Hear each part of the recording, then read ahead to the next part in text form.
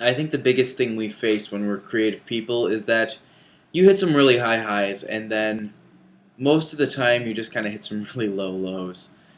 So, yeah, I guess I'm talking today about how you can kind of get through those valleys because maybe it's the change of the seasons and like the thought that all things are eventually going to come to an end and things get depressing. And God, when you're an artist, that's just what you think about a lot, possibly too much.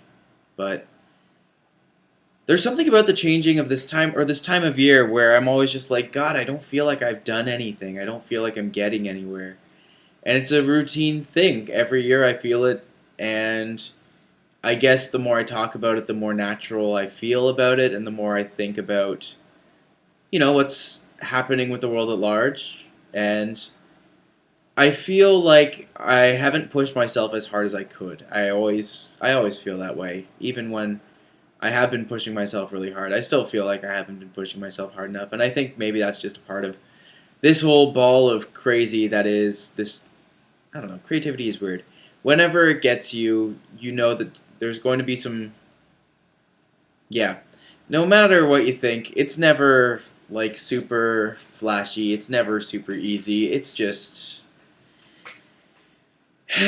Creativity is a series of highs and lows, and it's something that when you're high, it's fantastic and it's the best feeling in the world. And when you're low, the best thing you can do is just keep going and make more. And for me, it's about marketing. I don't market myself very well. That's one of the reasons I'm starting this blog, is so I can actually talk things through. And it's as much for myself as it is for anyone else. And I realize that, but it holds me accountable. And I fully recognize that this year, yes, I have done some very good things in terms of my creativity. Like I've done, God, too many paintings, a lot of paintings, lots of paintings. I've done so many paintings, I don't even consider them art anymore. I just kind of like, this is something I need to do. I just get them out there and make them happen. Um, in terms of other things I've been doing, I just finished Secrets of the Universe, which is now being read by other people, and I'm getting good feedback on. I also just finished a draft of a book I wrote a couple years ago, and I banged it up and made it something different. So that's called Wingless or Tin Wings or something like that. It is done now, the second draft or whatever, and that's going out there. Distance has been finished and submitted to festivals, and some people told me it's not awful, and that's good. I still don't feel like I did, justice entirely to Cole Forney's music, but I think a lot of that was my experience as a screenwriter. That's one thing I went back to school for, because I really want to come out of this year with a degree that tells me that, yes, this is film stuff that I am doing. I can do it. Let's do it. So that is why I'm doing that. And school feels good, actually. I submitted one of my scenes to be read, well, to be produced as a part of my film production class on Wednesdays, and he accepted it, and I was just like, sweet.